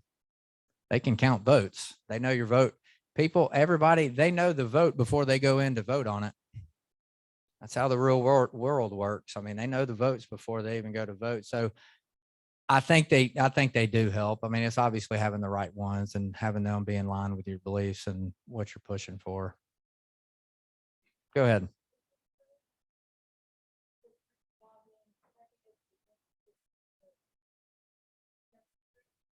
I have no idea. I know a bunch of people that aren't for it. Yeah,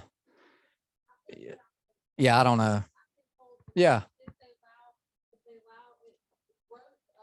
Yeah. Yeah. Well, and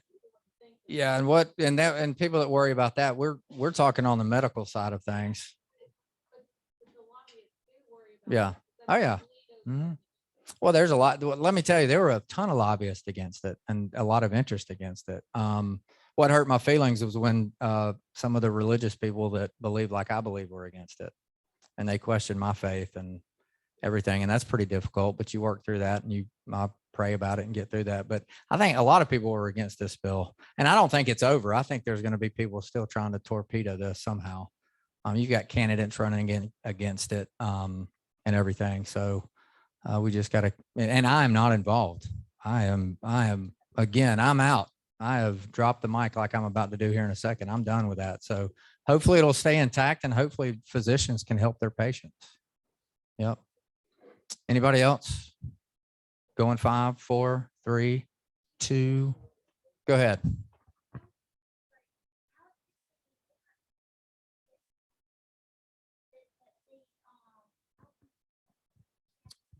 Oh, good question.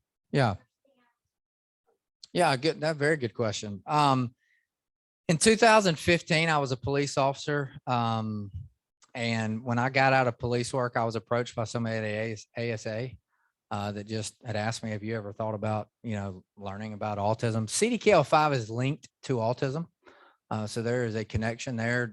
Carly has got some behaviors, some challenges there. So I was like, well, I really never did think about it. So I started training just on my own with a guy out of Florida, and Dennis is his name. And just got to know him and got to like training and everything. And I knew I had a lot of connections in the police world as far as, I knew how it worked because I was a cop. And then in 2015, I just decided to start it on my own, start an interaction advisory group. And from there, we were doing things for free.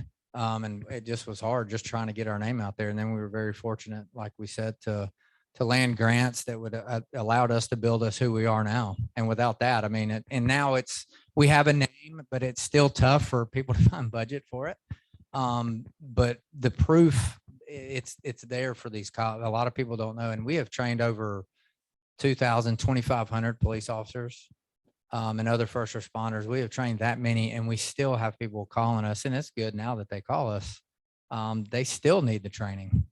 And now we have done law enforcement, first responders, and now we're looking at getting into the educational sector to start teaching admin and teachers about autism, developmental disabilities as a whole, and also mental health too. Yeah, so I just started it. I don't know. I just had nothing else to do.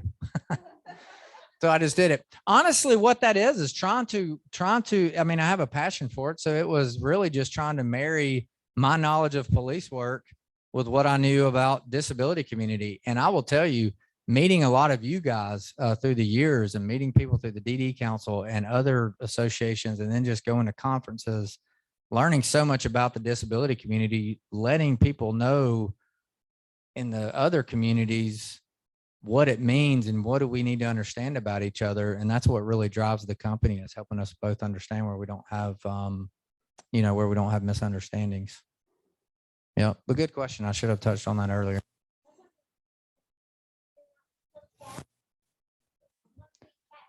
Yeah, that's fine. Yeah, just take the cat out of here when you're done. I'm sure the hotel would appreciate it. Anybody else? Everybody's had food? Except me. That's okay. I don't need food.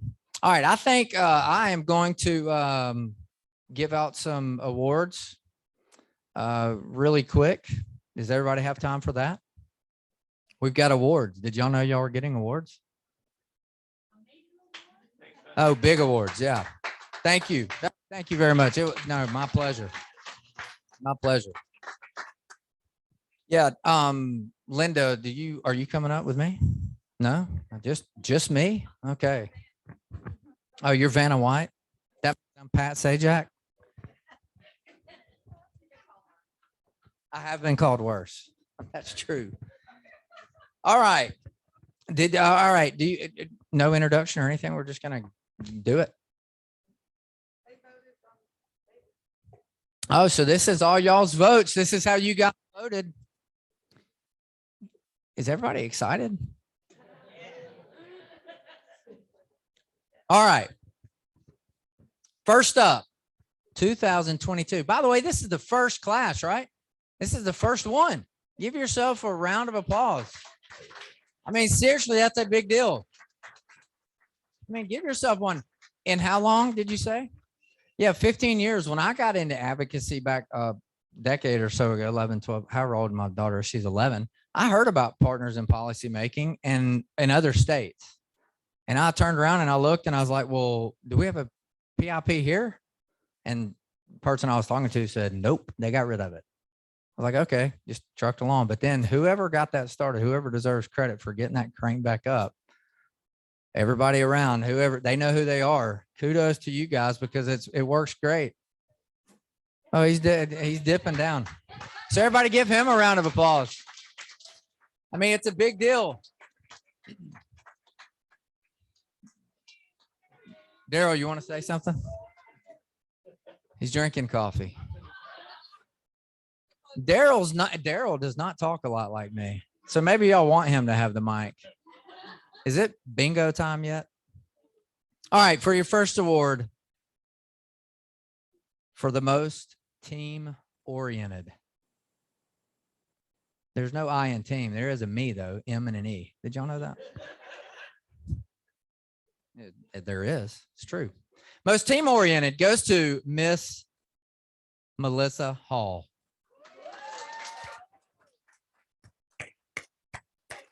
Yay, Melissa. Melissa, speech. No. Hey, do you have anybody here with you, Melissa? Your husband. What is your name, sir? Daryl. Were we talking about the right Daryl a minute ago? Daryl, what would you like to say about Miss Melissa Hall? I mean, it's a hot mic, so.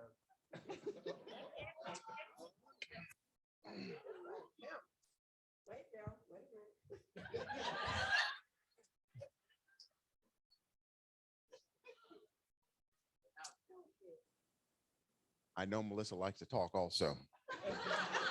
So it really doesn't surprise me that she won this award. But I do know that if all of you put half the effort into this program that Melissa did, and that you keep this going, some great things are going to happen in the state of Alabama. So keep up the good work.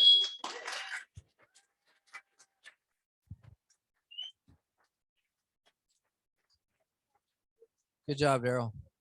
Hey, Daryl, that's a good play there. If you did not stand up, my car is a long way away from here, and you just have to keep up. Congratulations, Melissa. All right, second award. Are y'all ready? Edge of your seat. The most helpful. That's what it's all about, right? Being helpful. Miss, and I may mispronounce this, but Debbie McCauley. Most helpful. Debbie. Come on up, Debbie. Beautiful smile, Debbie. Come on up here. Oh, I'm sorry. Well, it didn't say it on the page. Dr. Debbie. Dr. Debbie, what would you like to say? Anything? Thank you, PIPA partners. It's been an honor working with all of you and getting to know all of you, all of your stories. And I just look forward to partnering, especially with Ms. Arena Smith. She's going to be my covert operation lady for my IEP meetings and getting in contact with parents. You know, sometimes as an educator, you can't say some things to parents because if you do, you tend to get blackballed. But I'm going to be calling Arena to sort of help me out and talk to some of my parents and educate them on some of their rights. So thank you all. Appreciate it. Thank you, Dr. Debbie. That's what it's all about, right? Getting on the same page. Getting on the same page. Get on the same page. We can help each other out. All right. Third, most supportive. Is everybody wondering who it is? I'm about to tell you. Miss Jenny Lux. Is that right? Miss Jenny Lux. Come on up here, Jenny.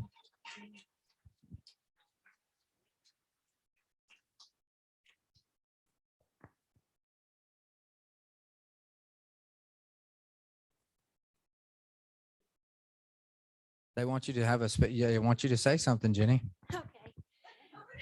Well, let me just start out by saying thank you to God, first of all, and also thanks to my mom. She's my guardian angel in heaven. I've got her around my neck, and I know she's looking down on me right now. And so many of you are role models to me, so I know you're taking her now. Thank you very much. God bless you, Jenny. All right, on to most creative. This is going to be fun. I'm going to love to hear what they have to say. Well, maybe the last one.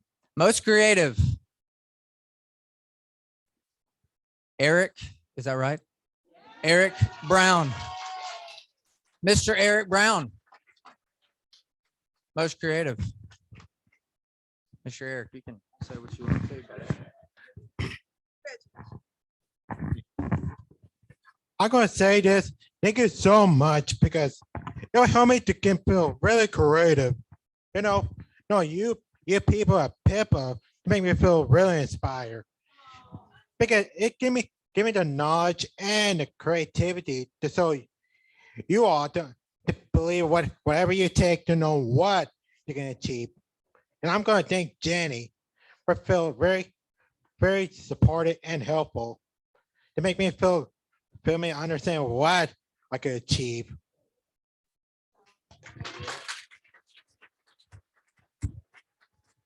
Thank you, Eric.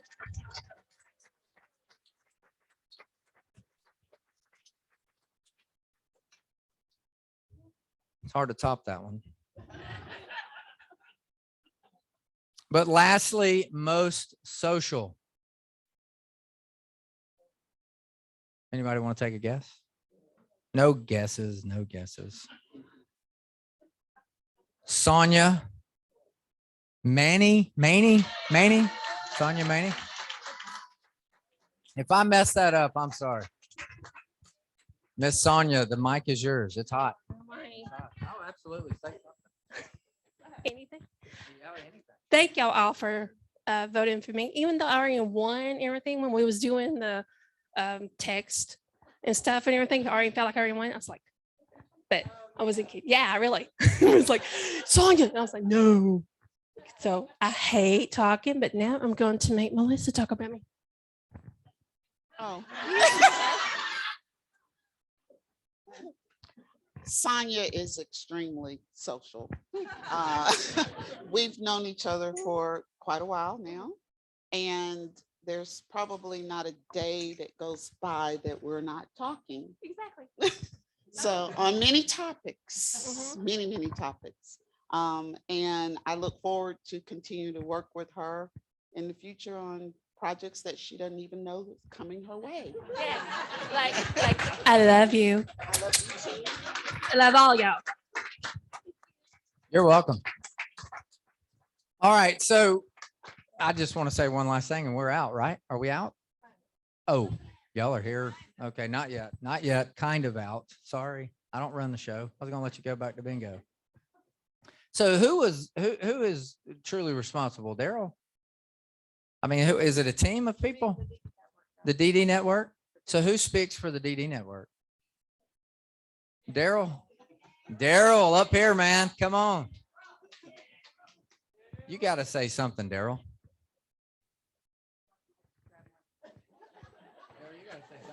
You're the man, Daryl. Everybody said it was you, bud. Well, first of all, I want to thank the network, James, Linda, Sarah, Nancy, the staff at the council, because coming in, I think my very first month, when was I in ADOT? That was in November of 19, I think it was. That was a question that came to me that I could not answer. I'm brand new. I just retired from one job and started another job, but you know, I got to learn all over again. 20-some years is almost gone down the drain, so to speak. So when that question came, my exact words were, I don't know, I have to, get back with you, because I did not know what to say. But since that time, for months and months, it kept coming, partners. And of course, I had to reach back out to my national folks and talk to them. So we did have a lot of conversation about it. And the national folks said, if you want to do it, we're going to support you. If you don't want to do it, we're going to support you. But as I talked to other states, it's 56 of us. As I talked to other states, Partners and Policymakers was one of the most powerful trainings that they had. In all of the projects that they had going, Partners and Policymakers was one of the most powerful projects. So of course, I had to think about it, because a lot of the weight is on us, but it kept coming back. A lot of, and for those who don't know, I do believe in God and I do believe in getting direction, and it kept coming up because it's all about the people. It's all about the people. And so here we are. The commission, I met with the commission a couple of times, and of course she kept, she wanted it and she encouraged it, so here we are. And a lot of states, and I know we did it a little different from times before, but a lot of states are doing it as a network. And is working really, really well. So here we are now. Have we done everything right? Probably not. Have we done everything perfect? Probably not. But if you think about the 15, 16-year period that we did not have it, things are gonna look different. So that's probably why it wasn't like it was 15 years ago, 20 years ago. But hopefully we will make an impact. We will make an impact. As we think back on what Dustin was saying, and of course, y'all know Dustin and I, we talk a lot. I think one time, he called and I was leaving the office, and I live about probably 35, 40 minutes away. So I got home, got my bag out the car, walking in the house, still on the phone. Still on the phone with Dustin. Get in the house. My wife, she didn't work that day, so she was there, still on the phone. Didn't even say hi to my wife because guess what? I'm still on the phone with Dustin. And with his favorite words, man, I get tired. If you get tired of talking, just tell me. And and it's hard for me to tell somebody no. So we talked for another 30 minutes, but it was a good talk, So, but if you think back on what he was saying, and I'm one of those people that like I said earlier, I like to kind of pick out things and I listen and pick out things. But if you think back on what he said, mindset, the first thing. And if I did not know any better, I would think he went into my laptop, because prior to coming to the council, I used to do a lot of training. I trained for over 20 some years. And that clip was almost identical to one of the clips that I used to show with the kids. And I had one group in Columbus with eight boys who lost their mom. Dad was don't know where. So the group homes called me and said, can I get a group, 8, 12 weeks, however long you want to do. So I did a 8-week group, 8 weeks of groups with a group of 8 boys. And the group home, it was difficult. So they called me. Usually when they call me, it's like, oh, what am I going to do with these boys? But that was the very first thing I showed them. And it may have been just a little different, but it talked about mindset. Now you're talking about boys who've lost their parents, don't, just get in trouble, do all kind of crazy stuff. For them to sit up and listen. And for some reason, I always try to consult God before I get into it, because, sometimes you just don't know, especially you get boys that get in trouble, doing all kind of crazy stuff. But that very first time I showed that clip, then about 6 of those boys came up to me after. Now I did probably lose 2 of them over the time, because it was 8 weeks and it was a real intense group sessions for 8 weeks. And so for boys who have lost their mom, don't know who their dad is or their father is, that was a powerful thing. So that got me into them. So that is a powerful clip. Not only with those boys, but I used it in other grief sessions and all that stuff. So that is powerful. The second thing that stood out was the story. All of us in here are writing our story right now. We have a story. It may be unique, but we have a story. So Dustin sharing his story helps us realize our own story. We all have a story. Thirdly, we talked about the why. Y'all know earlier today we said, why not? So that why keeps coming up for a reason. Why am I here today? I retired from Lee County after 20-something years, and I told my wife, I said, I'm not gonna work as hard as I did in Lee County. But guess what? Here it is, 8:40, I'm still working. That is part of my why. So when we think about our why, God gonna keep us doing what we do. So that is, this class, like I said early on, back in November, this is a very unique class, very important class. So I'm so excited. I'm so proud of each one of you, because guess what? We're about to make some change. One way or the other, we're gonna make some change. And guess who that change is gonna be? And like Dustin said, it's not about a particular person. It's not about me. And if you all hear me, I often say it's not about the council. It's not about ADAP. It's not about USAID. It's about the people of Alabama. And if when we think like that, guess what? We're gonna make some changes regardless, whether somebody like it or not. And it's not about me. It's not about my family. It's not about my boys. It's not about a particular person. It's about all of us.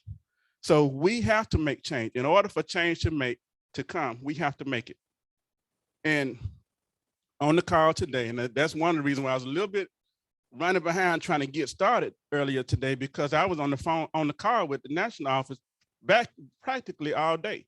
And in every state, DD councils lead the disability world of their state. USAID is a part, ADAP is, everybody has their own unique perspective place. But the DD Council leads their state in the disability arena. So we all work together to make things happen. So I'm excited. Now you all have some nice, pretty badges, IDs that Linda is charged with getting together, which look good. Guess what? I'm gonna wear mine and I'm gonna wear it nicely. So what I'm saying to you, it is a distinction. Everybody in the state of Alabama is not wearing this. I don't even know if they had this type 15 years ago. But it is a nice, it's a distinction. So I encourage each one of you to wear your badge with distinction. Now, don't go out and say, oh, and the partners is endorsing me, they sponsoring me. But we do want you to wear it with a distinction, because you're set apart to make a difference.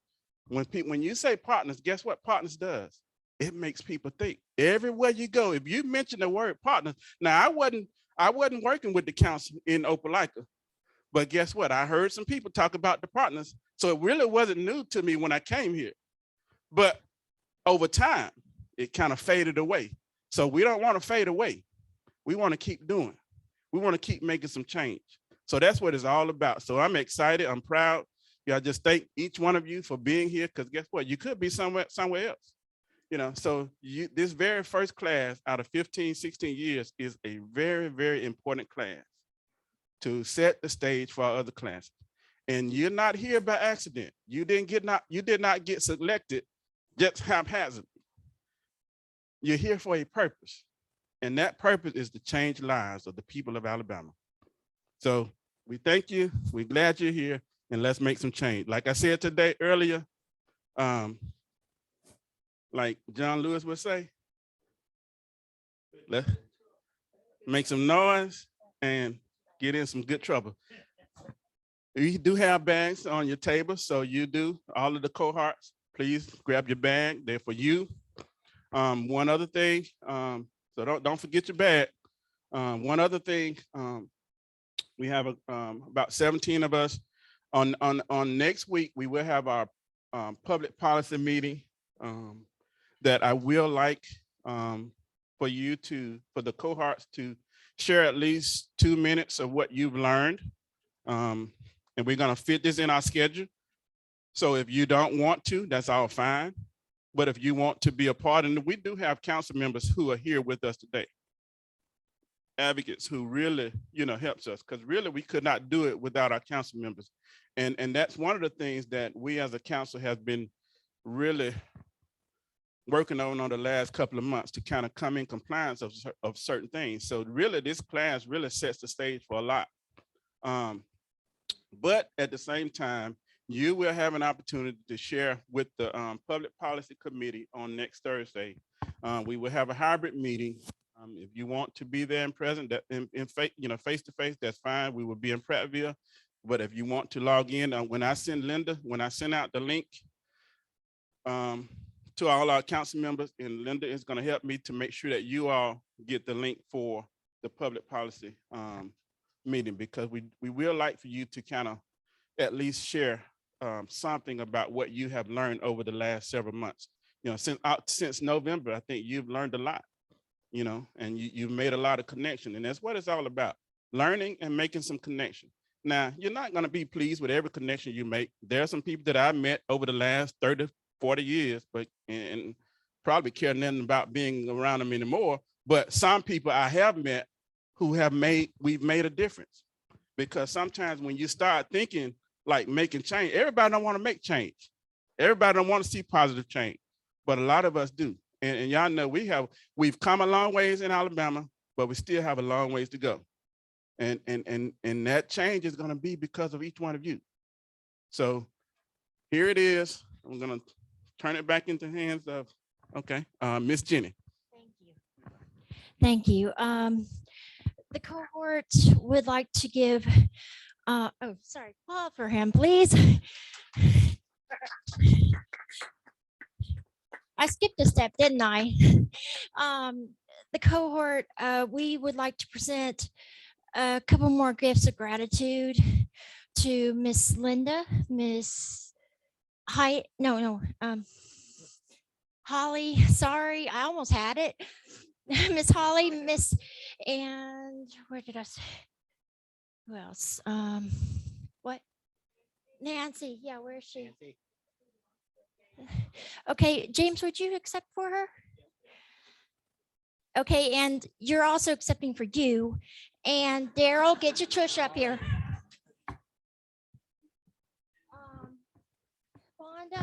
Vonda, this is from Eric and I. You're welcome. You've been a great mentor. Okay, you get the two women's gifts out of there, Eric, please. Around to that table and go to Miss Linda, if you'll help me. I stood so long while you talked, sir, that I need a little bit of help. Let's see. Take that to Mr. James. He'll give it to Nancy.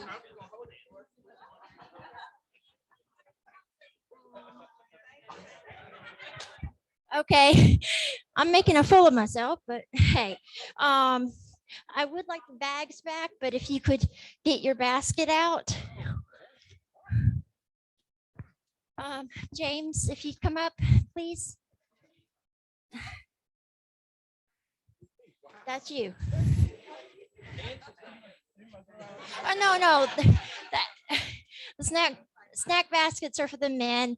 We didn't think it would be appropriate to get them scented products because, you know, that's for the women, but you'll be snacking for a couple days, I'm sure. Well, thank you.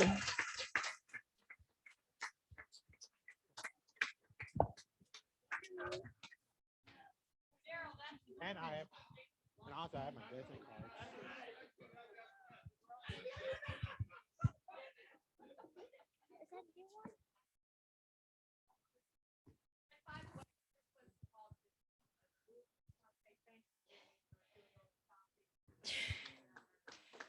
Well, Joanne did too for earlier today during the graduation, but it was team effort. So, and that's what counts. We have to be a team together. We have to stand and rise. Knowledge is power. And with knowledge comes loss of fear. Okay, I think I'm ready to get the mic back. Otherwise, I'll stand here all night. Thank you. That was really by surprise. I can tell you, it really was by surprise. So I thank you. Excited I can eat me some chips and cookies and peanuts and popcorn. So I'll probably be eating for 2 weeks. Yes, thank you all so much for that. We appreciate that. So I guess that concludes the evening. Thank you again, Dustin. That was a very entertaining evening. And we will see everybody back here in the morning.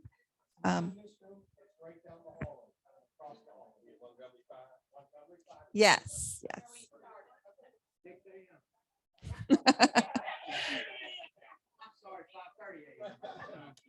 I think breakfast starts